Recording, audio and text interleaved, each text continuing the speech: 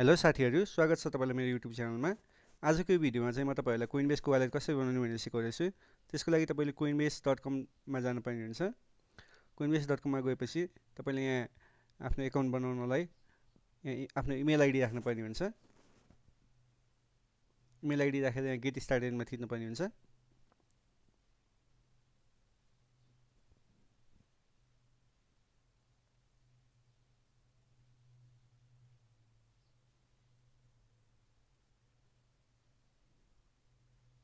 त्यसपछि तपाईले यहाँ आफ्नो फर्स्ट नेम राख्नुपर्ने हुन्छ।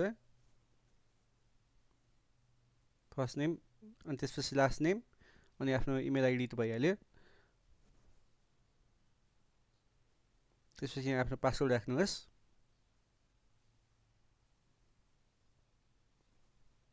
त्यसपछि यहाँ तलपट्टि तपाईले आई एग्री मा थिच्नुपर्ने हुन्छ।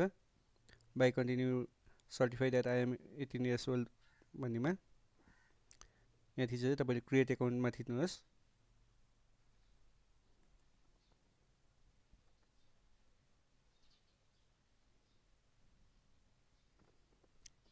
त्यसपछि तपाईले यस्तो इन्टरफेस देख्न सक्नुहुन्छ।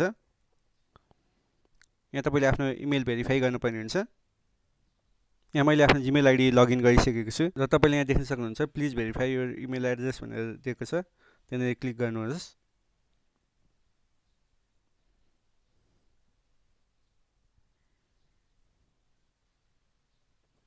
त्यहाँ क्लिक गरेपछि तपाईले यहाँ भेरिफाई इमेल एड्रेस भन्ने अप्सन देख्न सक्नुहुन्छ। त्यसमा क्लिक गर्नुहोस्।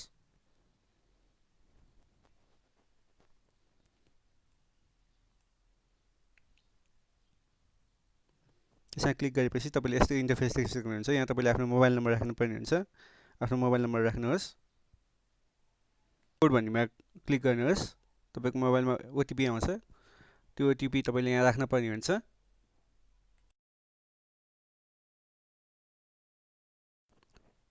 Five five six three five five two र सबमिट बटनमा थिच्नुहोस्। त्यसपछि तपाईको यस्तो इन्टरफेस देखिन्छ। यसमा तपाईले बिटकोइनको प्राइस, बिटकोइन क्याशको प्राइस, इथेरियमको प्राइस, इथेरियम क्लासिकको प्राइस, लाइटकोइनको प्राइस र जेरोक्सको प्राइस देख्न सक्नुहुन्छ। र तपाईले यहाँ 24 आवर्समा कुनको प्राइस बढाएको छ, कुनको प्राइस घटेको छ त्यो पनि हेर्न सक्नुहुन्छ। अहिले चाहिँ सबैको प्राइस घटेको यहाँ देख्न सक्नुहुन्छ तपाईले।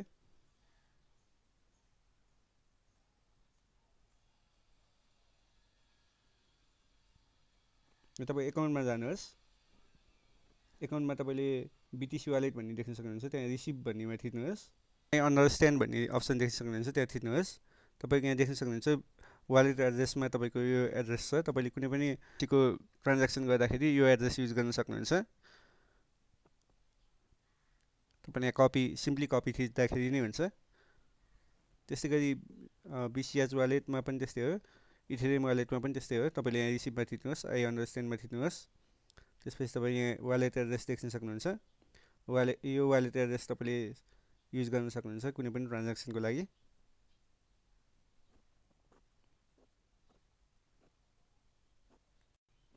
र त्यसै गरी सेटिङमा चाहिँ तपाईले के गर्नुपर्ने हुन्छ भन्दाखेरि सेटिङमा जानुहोस्। तलपट्टि पर्सनल डिटेलमा जानुहोस्। त्यहाँ तपाईले आफ्नो डेट अफ बर्थ राख्नुपर्ने हुन्छ।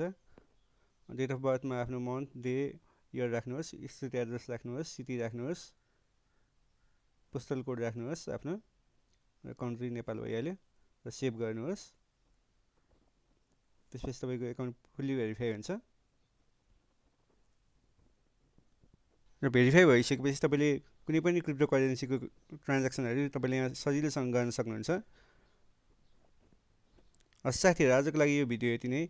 यदि यो भिडियो तपाईलाई राम्रो लागेमा प्लिज लाइक बटनमा थिच्नु होला र यो च्यानललाई सब्स्क्राइब गर्न चाहिँ नबिर्सिनु होला र सँगै रहेको त्यो बेल आइकनलाई पनि प्रेस गरिदिनु होला सब्स्क्राइब गरिसकेपछि। So thank you for watching this video.